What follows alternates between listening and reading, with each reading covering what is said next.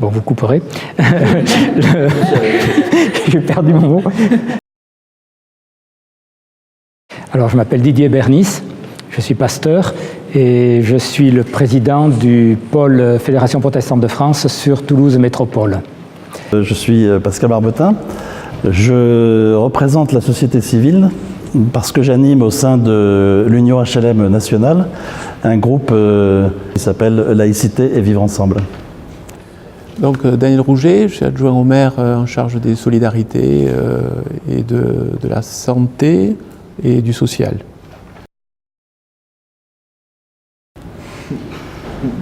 Très difficile à définir, première chose. La neutralité de l'action publique et en même temps le respect des convictions de chacun.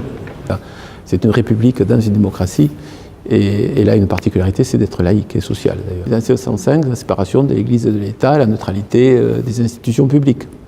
Alors la laïcité, c'est un concept qui permet à chacun de croire ou de ne pas croire et qui organise la vie entre les croyants et les non-croyants. Ce n'est pas du tout les croyances spirituelles ou non qui bloquent la question. La question, c'est le fait même de construire à plusieurs un texte. Qu'on n'essaie pas d'imposer un point de vue, mais qu'on essaie de le faire converger. Pour ceux qui ne mangent pas de la viande ou de la viande de porc, selon le cas. Donc on a trouvé un menu de substitution qui convienne à tous les cultes et même les courants de pensée.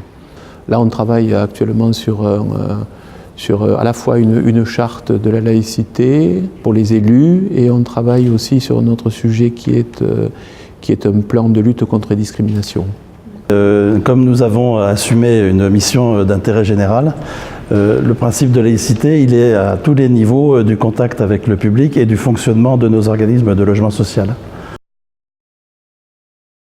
La laïcité, c'est une chose, c'est un principe de la République, et la fraternité, c'est une valeur de la République. Donc il y a quand même un lien entre le fait de travailler sur la laïcité et la fraternité. La laïcité, c'est l'organiser, le fait de pouvoir vivre ensemble, mais la fraternité, c'est le vécu, c'est le fait de le vivre. Ce n'est pas la structure qui le porte, la fraternité, c'est le fait d'être ensemble, de s'accueillir. On peut prendre une position neutre, complètement. Mais on peut aussi prendre une position qui n'est pas, dans les espaces de liberté, complètement neutre. Le dosage qui est que d'un côté, il y a la neutralité qui est liée aux institutions, et d'autre côté, il y a une certaine liberté de l'élu sur ses convictions.